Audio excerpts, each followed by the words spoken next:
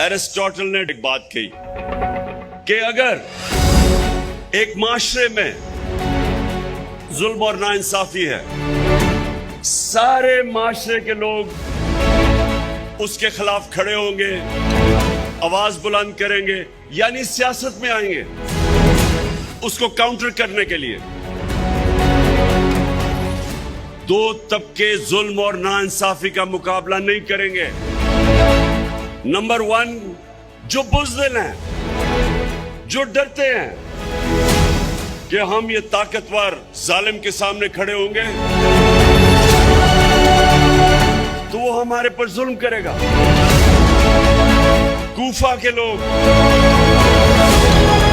उनको पता था कि हजरत इमाम हुसैन सच पे खड़े हैं, उनको पता था वो राय हक पे है, लेकिन कूफा के लोगों ने यजीद के जुल्म से डर के हजरत इमाम हुसैन की मदद नहीं की। और इस्लाम की तारीख का सबसे बड़ी ट्रेजेडी थी जो सानिया था वो होने दिया और हमेशा पछताए। और दूसरे खुद गर्ज, अगर मैं समझ रहा हूं मेरी जिंदगी बड़ी आसान है, मेरे पे सब कुछ है और मेरे माशरे पे जुल्म हो रहा है, लेकिन मैं कहूं कि मेरी जिंदगी में क्या फर्क पड़ेगा, मैं तो एंजॉय कर रहा हूं, मेरी जिंदगी आसान है।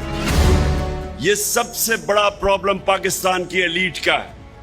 वो सोचते हैं कि हम क्यों जालिम का मुकाबला करें, और इस तरह एक माशरा गुलाम बन जाता है, जुल्म के गुलाम बन जाते हैं, खौफ के गुलाम बन जाते हैं।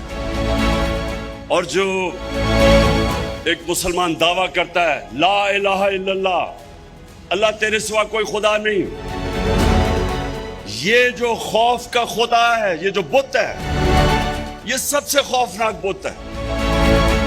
इसके सामने जब एक इंसान झुकता है, मेरी नजर में वो शिर्क करता है।